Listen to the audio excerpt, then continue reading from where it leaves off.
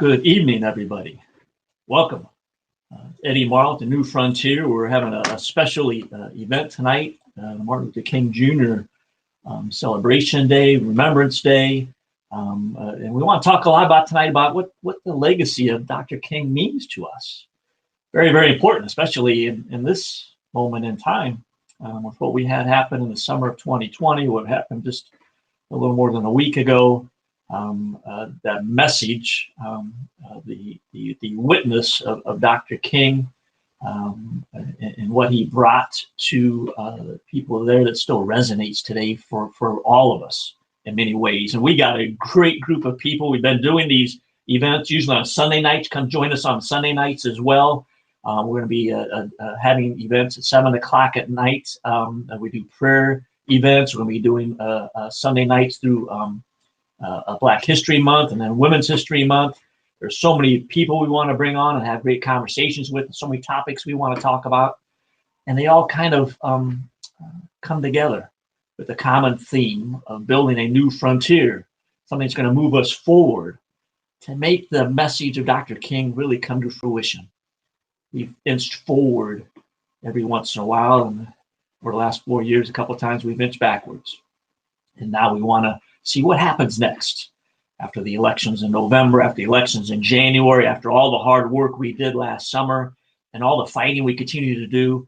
How do we go about building freedom and equality together for everybody? Something Dr. King dreamed about, orated about, hoped about. One of the reasons he died in that quest. So tonight we want to talk about a lot of those things, lots of emotions of what Dr. King means to all of us. We got a wonderful lineup of people, as we always do. I want to bring in tonight my cohort, the great brother of mine, Reverend Rob Johnson. We're going to chat for a little bit. We'll do some monologues, and then we're going to go bring in the rest of our guests and just have a good round table. Go follow us, please, on Facebook or Twitter or Instagram, or Rob, tell us about all the other platforms we're on tonight. And let's have a great night, everybody. Hey, thanks, Eddie. Everybody, welcome to tonight. We are talking about what is happening in our country because we want to talk about the legacy of Dr. Martin Luther King Jr. What happens is his dream has been a reality for some, but yet it's still an opportunity for most of us to continue to do the job and do the work. So this is where we are. We are live on Facebook in 2 different places. We're live on Twitch, Twitter, Instagram. And so please feel free to share on any of these platforms. Feel free to press the share button right now. Share it on your pages, share it on all the other pages. But let's continue to build this up. But then also, before we bring on our other guests, here's what I would like for you to do. In order for our organization to exist, we solely rely on donations from our viewers, from our supporters, from our people. And so if we can have, when this is over, we can have you go to newfrontieraction.com, newfrontieraction.com, make a donation today. That would be greatly appreciated so that we can continue to do these types of events. With that being said, Eddie was right. It's a new frontier. And in order for that to happen, we must realize that Dr. King's speech on Washington wasn't just a speech, but it was an opportunity, just as he has said, and just as KO and Al have pointed out throughout the weekend, that it's a moment where America has to cash this check. And so for those who are going to be talking about what the legacy of Dr. King means to them, it's going to be Eddie Morrow, Miss Claudia Brandy Young, Miss Heather Jones, Mr. Al Wumble, and Mr. Lewis Fountain. Let's go ahead on and bring them all on. Yeah, buddy. Look at that. Look at that. Look at that. All right. Welcome, everybody. How's everybody doing? What's up? Pretty good. Hey. Good. Now, don't be shy. Now, this is going to be like a panel-like discussion, and so I want to make sure that everybody has the opportunity, to kind of dive into this. But before we do that, I would like and Eddie, we all know Eddie has already introduced himself. So if we can have, let's start with you, Miss Brandy. If you could introduce yourself, and then let's go to Heather, then let's go to Lewis, and then let's end with Mr. Al Wumble in that order.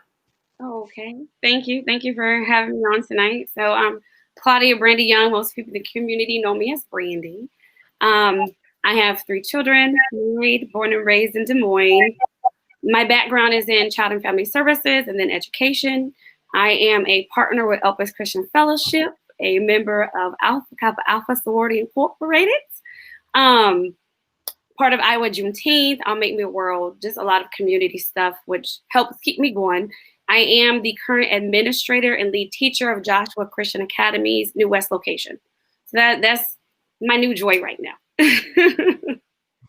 All right, Heather. Hi, my name's Heather Jones. I'm a Des Moines native, and I do, like Brandy, wear a lot of hats in the community. I work for the Financial Empowerment Center, which is located at the Evelyn K. Davis Center on DMAC Urban's campus. And then in the community, I'm on the executive board for NAACP, Urban Dreams, New Leaders Council Des Moines, or I'm on the advisory council for New Leaders Council Des Moines, and just joined the Y Camp advisory board, and I'm on an advisory board at Grandview as well. So I do a lot of different things, and I'm happy to be here. Mr. Fountain. I have to go behind 2 amazing women, but my name is Lewis Fountain. I've been in Des Moines, Iowa about 13 years now. I'm originally from Philadelphia, Pennsylvania. Been a social worker and working in education for about 15 years. I work for Des Moines Public Schools as a community schools coordinator, and also for Bethany Services, working with men and young women that's considering adoption and looking for services and resources in the community, just for whatever they may need. I don't wear as many hats as Heather and Claudia, but I am on the board for Urban Dreams. I'm also part of Greater Des Moines Partnership Leadership Institute. I attend fellowship at Elam Christian Fellowship, and I have a 5-year-old son named Zai. He's amazing, and that's about all for me for now. Man, and Mr. Al Wumble. Good evening, everybody. My name is Al Wumble, and I sit on the board with New Frontier Action with my good friends Mark, Eddie, and the incomparable Rob Johnson, who I've had the pleasure of traveling around this state with to many different locations doing voter registration, much as the good Dr. King did in his day. And the one title that I'm going to hold above all tonight, and let that one title just kind of shine through, although I'm involved in a lot of stuff, is Chair of the Iowa Democratic Black Caucus. Today, that is the one title that I have that I feel shines above all others and is extremely important to me, especially on a day such as this. But a lot of people know me because I've been running around this community, doing all types of different things, whether it's setting up tents and tables for stuff or registering voters or just being there to annoy Rob whenever it kind of helps lighten my personality and brings me a bit of joy. So that's available too. Well, hey, thank you, everybody. Here's what's interesting about you all, from Eddie, Al, Lewis, Brandy, Heather. Here's what's interesting about you all, is that each and every single one of you work with children. And so when we were thinking about putting this panel together, each of you came to mind because Dr. King's legacy, it's not just about us, but it's about the people that you work with. It's about the people that you serve. And each of you have also given of yourself in community service to this community as a whole. Each of you.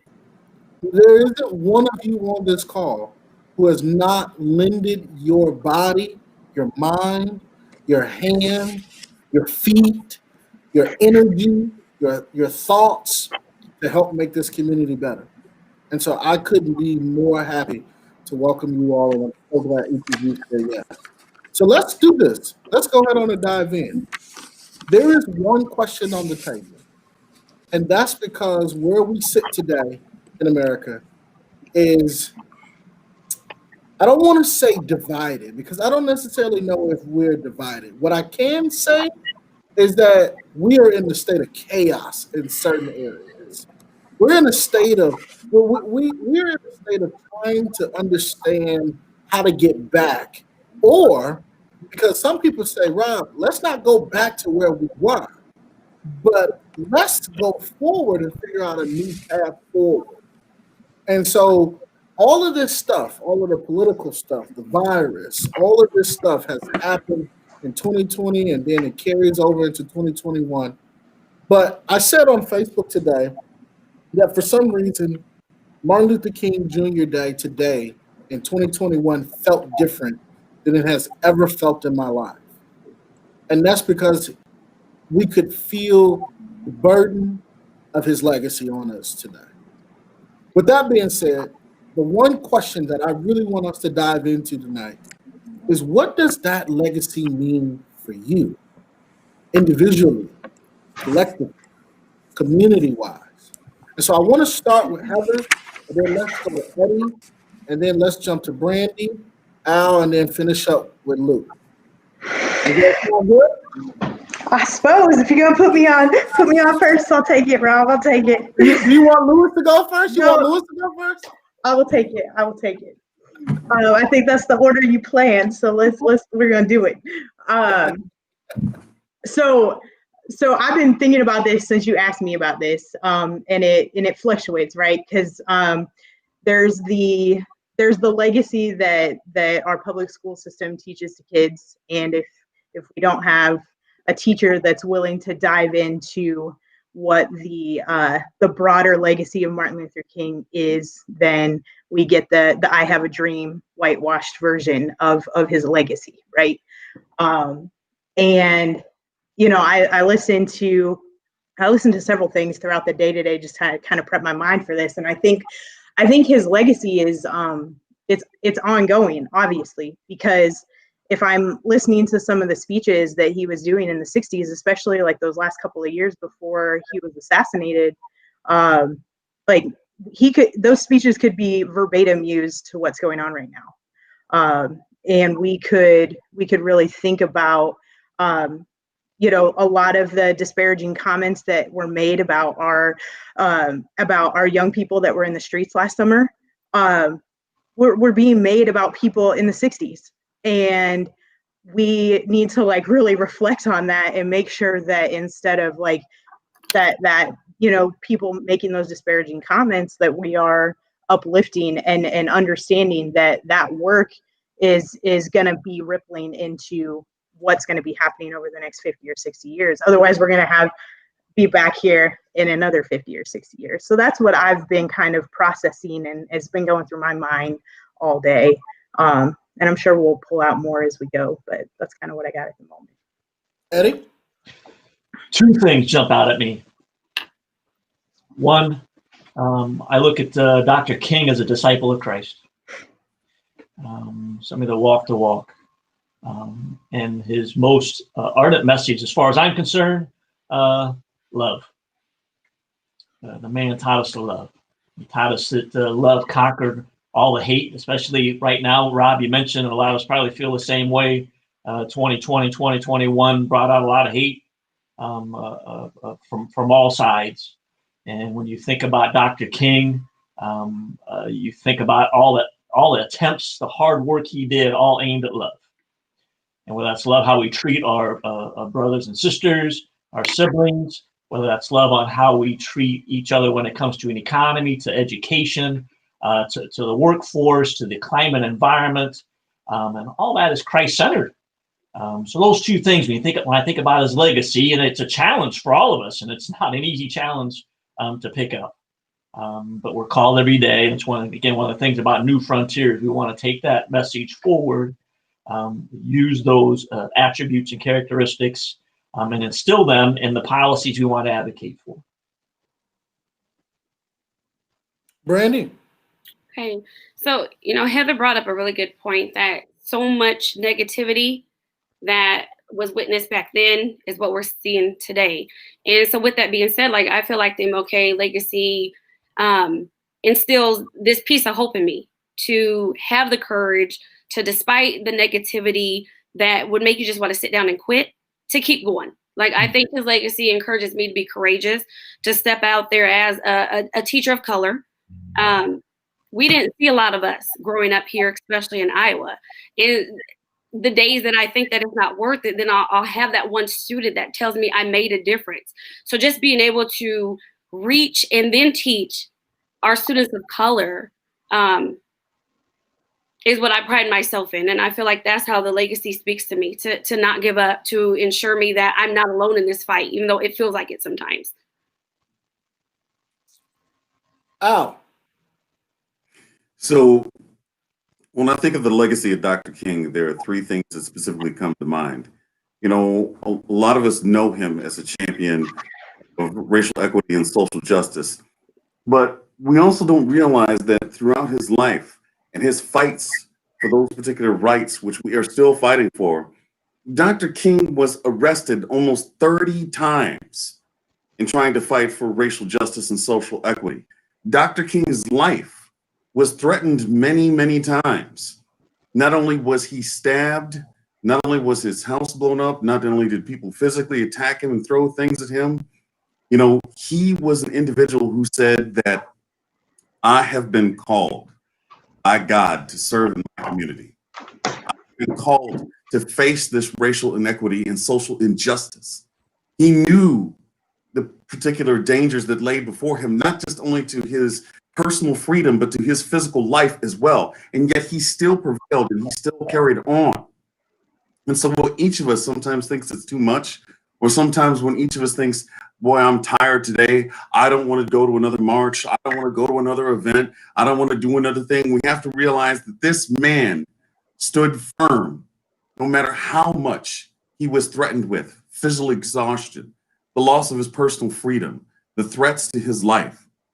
And what also strikes me about Dr. King is that towards the end of his life, he also fought for economic equity. It was very important for him that we start facing some of these issues. And I think that now when we see so many people, thanks to COVID, who are on the verge of poverty or who are now newly impoverished themselves, so many people who are struggling in order to make it in this economy, that we have to understand that particular fight for economic justice as well, because there are many of us out there that suffer from that. And I guess I am just excited about, you know, Dr. Martin Luther King, because he was a man who said that I can see the danger that lies before me, but I've felt a calling from God and I will not stop. My brother Lewis. All right. So when I think of Dr. King, the thing I think of is my grandmother's house, right? And it was always two pictures on the wall. One was Dr. King, the other one was Jesus. And a lot of Black homes, especially, you'll see those two pictures from a lot of grandparents. And as I thought about this question, Rob, I thought about there was two legacies for me, right? There was the one legacy I got in school, where, you know, Dr. King had a dream, and it was you know, everything was peachy keen and roses, and you know, we had a day off from school. And then there's the legacy I think about today, where there's so much more work to do. But then I asked myself, but why? Like, why did Dr. King's speeches still relevant in 2021, you know, just as they were in 1967? Like, why? Then I have all of these questions, like, why are we still having dreams concerning equity, right, and equality for all? Why was Dr. King only popular in death and not while he was alive? Like, I have a whole lot more questions for Dr. King's legacy now as an adult than I did when I was a young person. And I also asked myself why was he murdered? Like, well, when this holiday always comes up, Dr. King was killed. No, he was murdered. Let's get that correct. Yeah. And he was murdered for a reason. He was murdered because he started like Brother Al said, because he started to preach, you know, about, you know, economics and how Black people, you know, to get ahead in this world, you know, we have to truly, and what we're owed to a certain extent. So there's a lot more questions concerning his legacy for me today than it was when I was 12 years old and I only heard about, Martin Luther King having a dream, and that was it. I've always been like a big fan of Dr. Martin Luther King, and more stuff comes out about him, right? 1967, he was voted the most hated man in America. So let's not forget, I've had the pleasure of meeting Miss Bernice King, his daughter, and one thing she was talking about today is let's not forget that you're right, Lewis, that he was assassinated. He was murdered. He was killed because he wanted to see something different happen for people in this country, right? It was bigger than just the "I Have a Dream" speech, which was actually improv because of Mahalia Jackson, right? And so Dr. King went to the March on Washington to fight for jobs, to fight for equality, to fight for folks to have equal education. He went to Washington to fight for that. And we find ourselves still in the same fight today, fighting for equality, fighting for jobs, fighting for fair education. Now, I told you all at the beginning that all of you all have one thing in common, and that's that you work with young people. Martin Luther King's legacy for them also means a lot as well. What do you all think that we're depositing in them by our actions today? Are we being the Dr. Kings that they should see? And for some of our church folk watching, I want to be clear. Dr. King was the Jesus that somebody needed to see. He was the person that they were going to look to help bring them up out of certain situations. And so anybody can answer this question. Feel free to jump in. But are we being who Dr. King need us to be within his legacy for the young people who are watching us? And anybody can jump in. Feel free. I think a lot of the young people that we are seeing pop up are being the Dr. King that they need to see. I mean, I think if I don't know, I can't speak for all of us here or any of us others that are in leadership about. I think that probably we are coming with a lot of those hearts, but I think that if we're looking at the organizing and the speaking truth to power, and we're thinking about all these things that encompass who Dr. King is, I think we are seeing a lot of young people reflecting, doing that, and stepping up now, and they are starting to build their own legacies that in 20, 30 years, we're going to see them as the ones that are being talked about, and where they're going to go back where they were getting, arrested for speaking their minds or getting beat down by police and or having people in leadership say negative things about their collective groups. We're going to see in 20 or 30 years, they are the ones that they started pushing the envelope. They have been the ones, and we've paved the way. And I don't really necessarily include myself in that. I think there's a lot of people that have paved the way in this. But I've really been seeing a lot of young people, especially a lot of the young people that are involved in Des Moines BLM, really rising to the challenge and creating and showing what they are doing is a part of they're fulfilling and moving his legacy forward.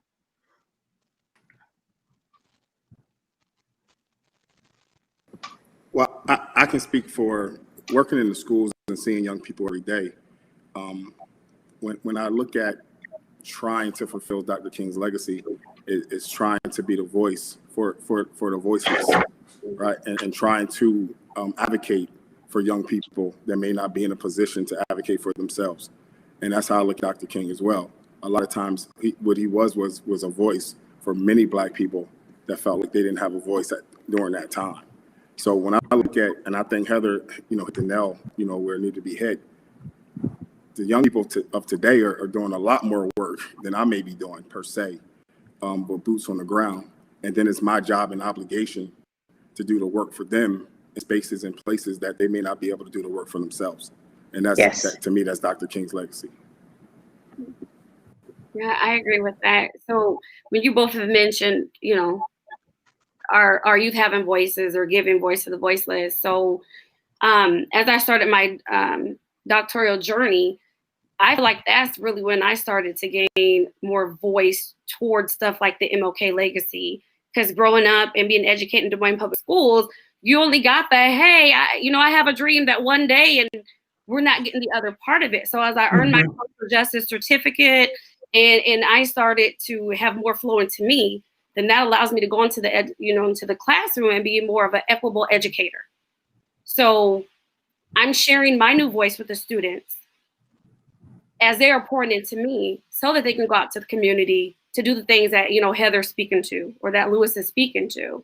But I think we have a job ourselves to continue and then sharing our learning. Because a lot of that, I didn't grow up learning all of the things that I know now.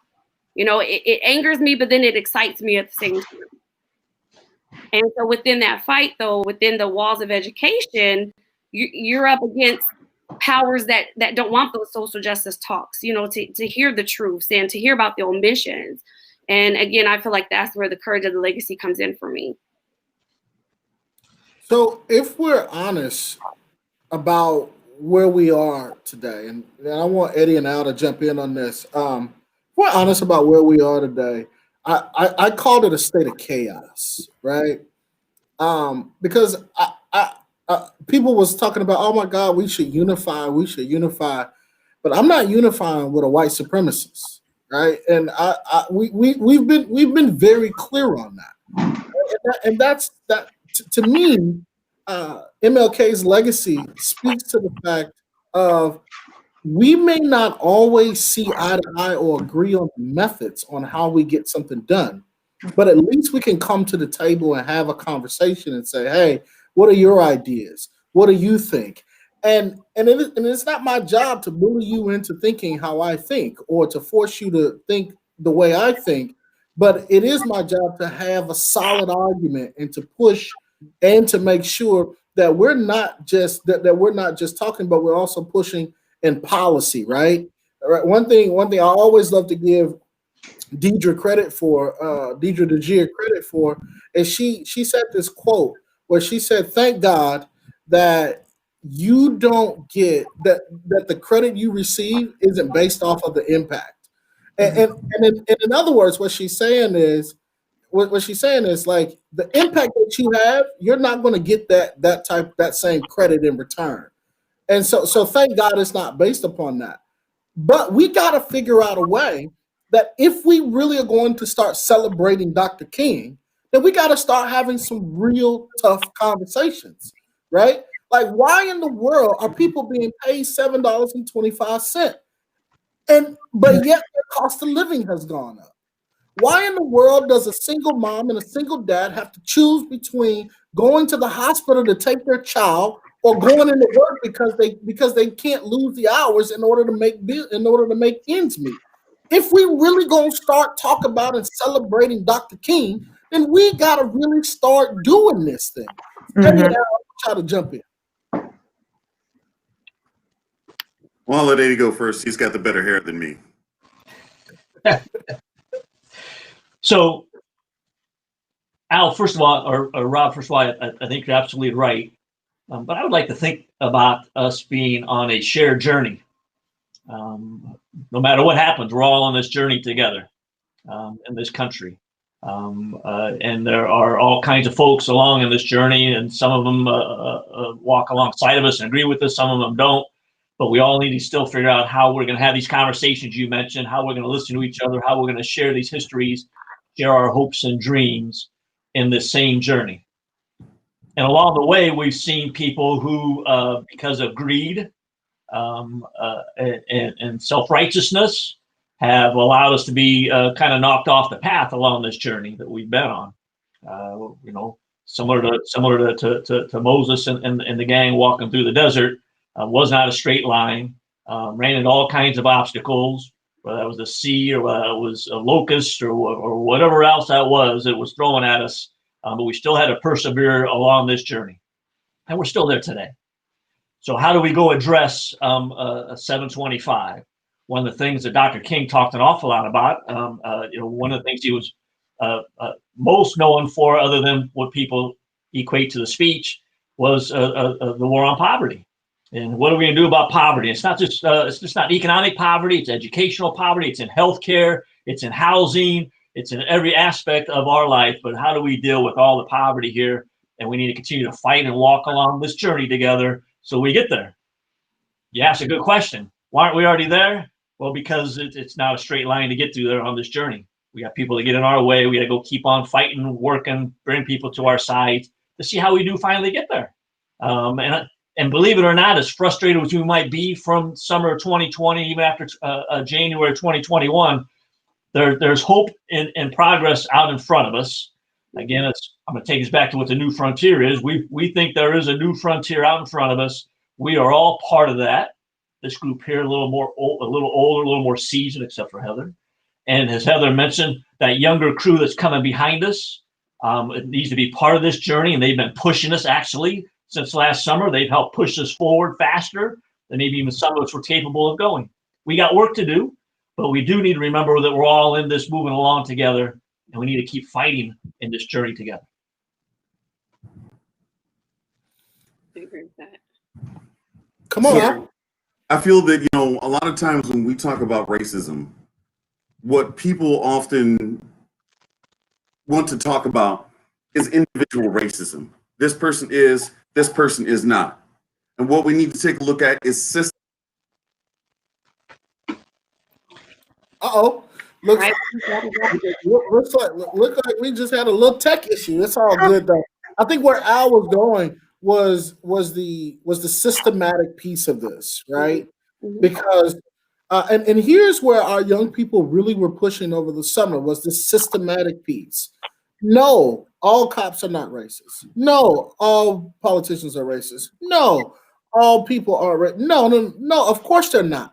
But if you benefit from a system that allows you to enforce racist policies against people that look like us, then that's where we find ourselves. Go ahead, Al, finish your point.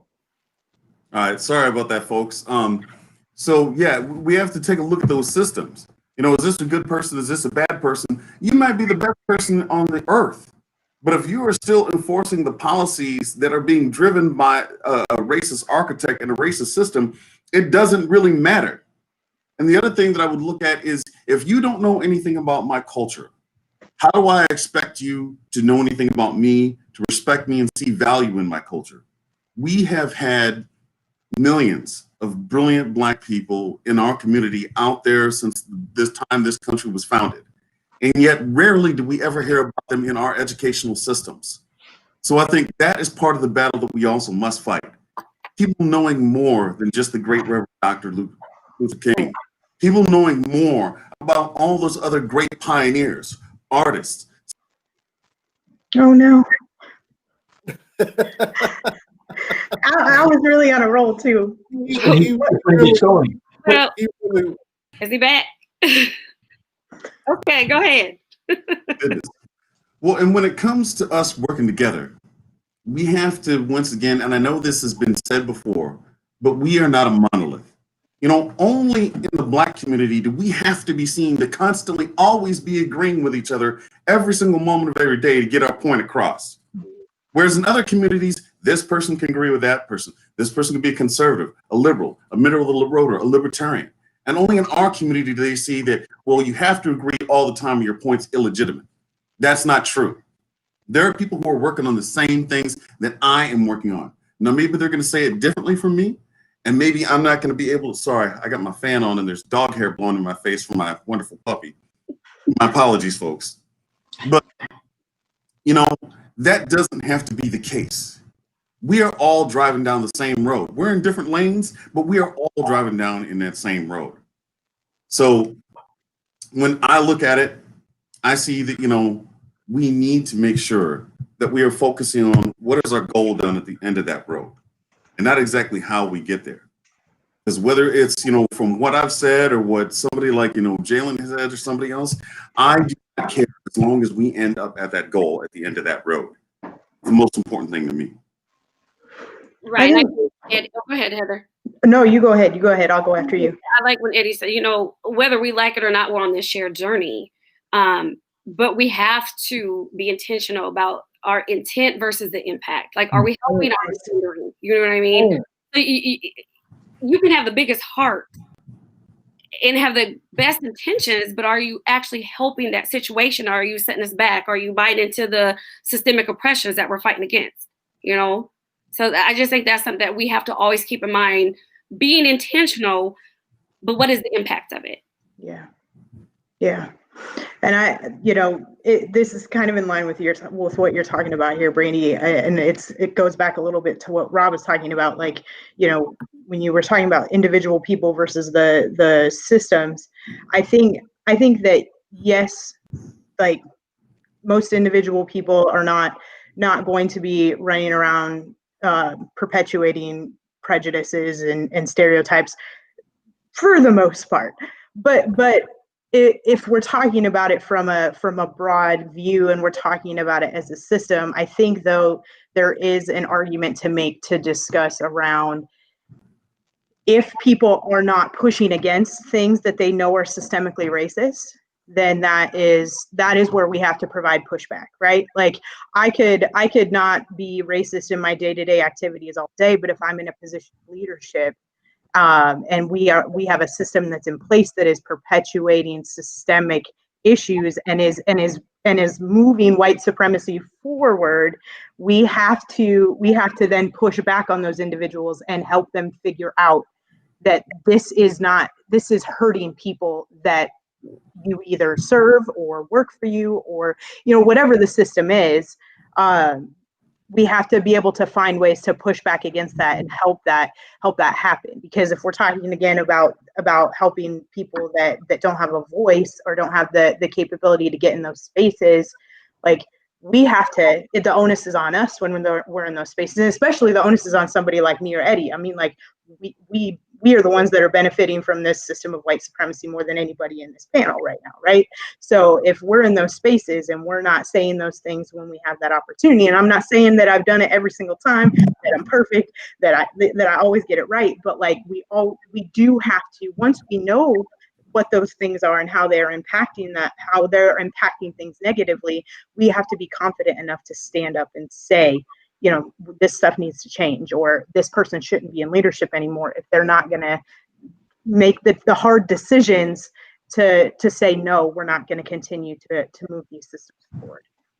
Hey, Lewis, welcome back, my brother. We are talking about systemic racism. How has Dr. King's legacy how can Dr. King's legacy help us dismantle systemic racism? My apologies. I guess my job didn't pay the internet bill. Wow, that's a great question. When I think about systemic racism, right, I go back to this summer when a group of young people and community school coordinators within the district started to have anti-racism meetings and talk to our young people and ask them, what do they need from us? And not only from us, what can we change and what we'd like to see change, and try to truly hear their voice. It shouldn't have took someone being murdered in Minnesota, right, for us to have those conversations.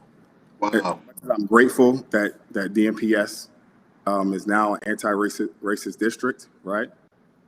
That means we had to be a racist district prior to that for them to say now we're anti-racist. Mm-hmm. And again, I applaud their efforts. There a lot of great things and that have come from those summertime. But once again, that means a lot of things weren't happening prior to that. For certain people to have a seat at the table, talk about certain things, and get things across that should have been done for decades, if you really want to be honest. So once again, when I think about Dr. King's legacy, when I think about now the positions where we're still in, right? We're still dreaming, which is not okay with me.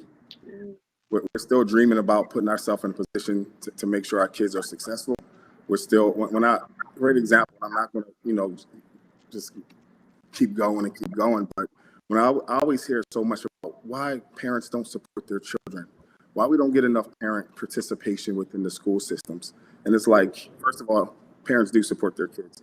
Secondly, they've gone, you're asking parents to go through the same trauma over that, again, that they went through when they was in, certain school districts. So it's like, okay, so they went through this as a kid. Now their kid is going through it. And now you want them to come back and keep going through it again.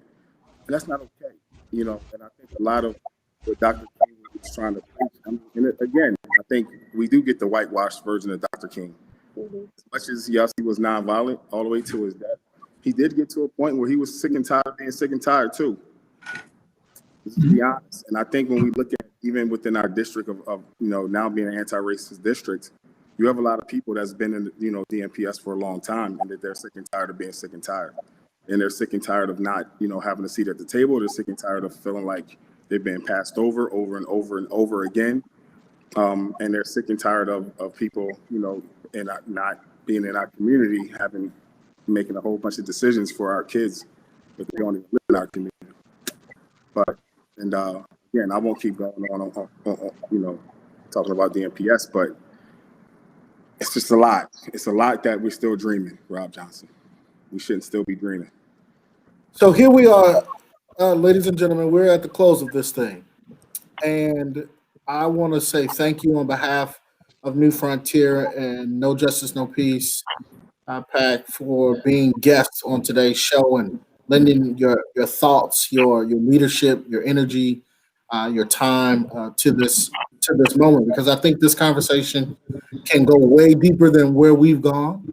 And I firmly believe that there's probably even some spaces where somebody is saying something that some of us are thinking but may not even say out loud because of whatever may be in the background of our jobs, of our income, whatever the case may be. But at the end of the day, what matters is that Dr. King, it's a reason why we have this day. And it's not just about serving, but it's about reality. It's about where are we and what are we going to do to change it. With that being said, I will ask for each of you to give us your final thoughts, 60 seconds apiece. If you will give us your final thoughts, we're actually going to start with Mr. Lewis this time. We're going to go from Mr. Lewis to Al to Brandy to Heather, and then we're going to finish up with Eddie Morrow. And right before you do that, I do want to make sure that I make this quick announcement that on January 25th, we're going to be having Mr. Michael Blake, the DNC chair, DNC vice chair, and the lovely Miss Deidre DeGier on a Zoom call as we do our very first fundraiser of the year. And we're going to be talking about how we move forward with the New Frontier. And so I'm super excited about that. With that being said, I want to go ahead on and offer up final thoughts. Let's start with Lewis. Let's go to, I think I said Al, Heather, Brandy, and then Eddie. Thanks again, Reverend Johnson. First of all, I want to thank Reverend Johnson, New Frontier, for having me as a guest. Truly appreciative, humble, and grateful. Thank you, Heather and Claudia, of course, two beautiful souls. Al, Eddie, it's been a pleasure. I will end in closing with this. We have more work to do, right? We have more whys, but I truly think we're at a place of transition and purpose and power. And I think really accomplish amazing things if we get in the position that we need to be in, whether it's spiritually, financially, economically, within the communities. We're in a position right now for change, and not just for us, for young people that's in, my son that's in kindergarten, or for Brandy's children, right, that's in middle school. We have to do this for them, not only just us, and if not us, then who, right? When I think of, and even to a lot of people that don't maybe look like me, that's really putting in the work and the time, like Heather Jones, right? I think about this quote from Dr. King, and is that large segments of white society are more concerned about tranquility and the status quo than justice, equity, and humanity. And that's the, we have to get past that, right? We can't be more concerned about buildings and statues and monuments and not the way, people of color are being treated, and how we're still having to fight for scraps and still unable to get loans at a good rate for houses and things that Dr. King was talking about at Stanford University in 1967 when he talked about the other America. We have to get past that. Thanks again, guys. Thank you, Louis. Al, 60 seconds. I just want to say, thank you to everybody for coming on. Thank you, everybody, for watching. And that, Dr. King said that he did this work because he felt called to do it. I want to ask you right now, what do you feel called to do? Thank you for joining us on this program. But what is the thing you're going to do tomorrow and the day after that? What are you going to be personally doing within your community? So we thank you for joining this, but stand up, do something, be about something, join something. There's always a fight to be had, and you can be a part of it. And that's what I ask everybody to do. Decide tomorrow, the next day, and the next day after that, what can you do? Heather. All right. Well, thanks y'all for having me on. It's really nice to be able to convene, even if we can't do it in person, because it's just nice to see everybody's faces. I'm gonna kind of continue on a little bit with what Al's been saying. A lot of times last year I had opportunities to talk about some of this and how I got involved in doing different things. And I'll speak to the white folks that are out here watching right now. I used to think that racism wasn't a thing, right? So as I started to learn more, I kept adding my +1, right? So if you're at the beginning of this, start, and then once you're comfortable in that space, then you add your +1, but you just always add your +1. You don't stop. So that's kind of how I'll end it here. And I really appreciate everybody having me or having this thing. Thanks.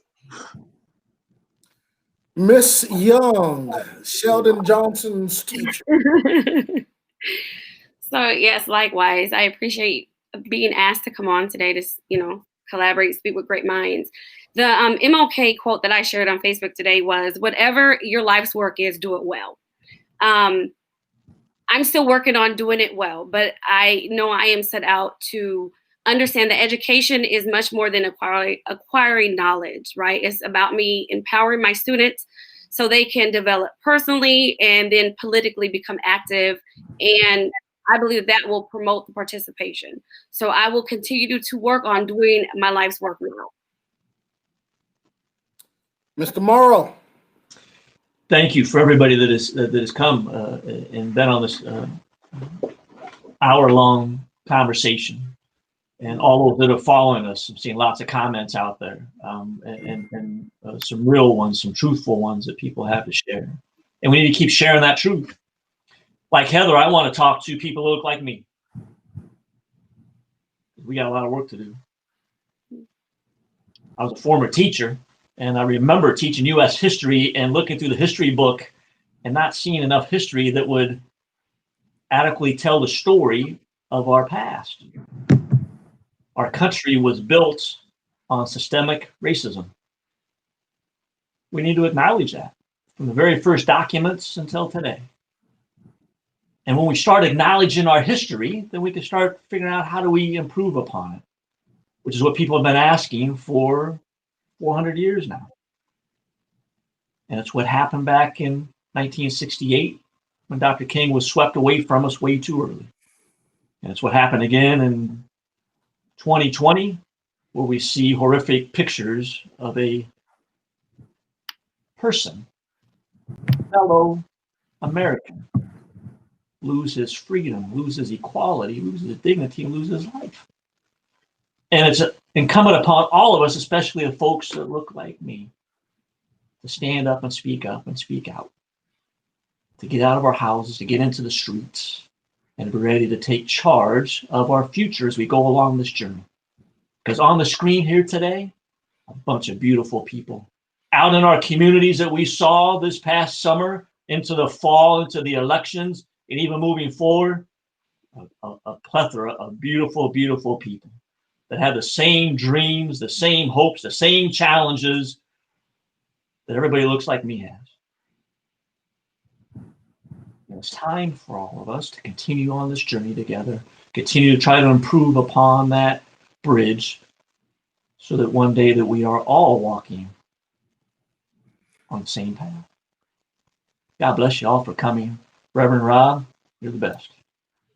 Here's what I want to say as we close this out. Ms. Young, Morrow, Heather Jones, Al Wumble, Mr. Fountain, they have given you all their thoughts. They've lent you a moment in time and space and how they think and how they feel about where we are currently right now. Here's where I want to close this out at. For those of you watching us, we thank you so much for your support. We need your support in order for us to continue to do these types of events and continue to bring you these types of conversations. But I want to be really clear on one thing, y'all. Racism is real. It hasn't gone anywhere. Just because we elected a Black female vice president and a Black president a few years ago, racism still exists. And if we do not figure out a way to tackle this from a policy standpoint, then we would have not done anything to really change going forward. There's racism in our schools, in our healthcare, in our police departments, in our political system, in our economic system, and there has to be real change. People are tired. People are dying. COVID-19 addressed what Dr. Otis Moss III called COVID-16-19, which is the fact that Black folk in this country have been done wrong and done dirty for this entire time. And so, here is my ask of everyone that is watching and that support us. Join us. Be a part of this movement. It will not be easy. It will not happen overnight.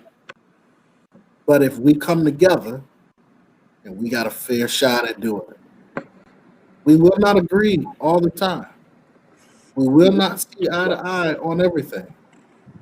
But our goal and our objective will be the same. I love you all. Thank you for tuning in. Thank you for watching. And we appreciate you understanding that Dr. Martin Luther King's legacy is not about the I have a dream speech, but it's about making sure that people show up with good paying job, health care, and an opportunity to make ends meet in this country. God bless you. May heaven smile upon you. Good night, everybody.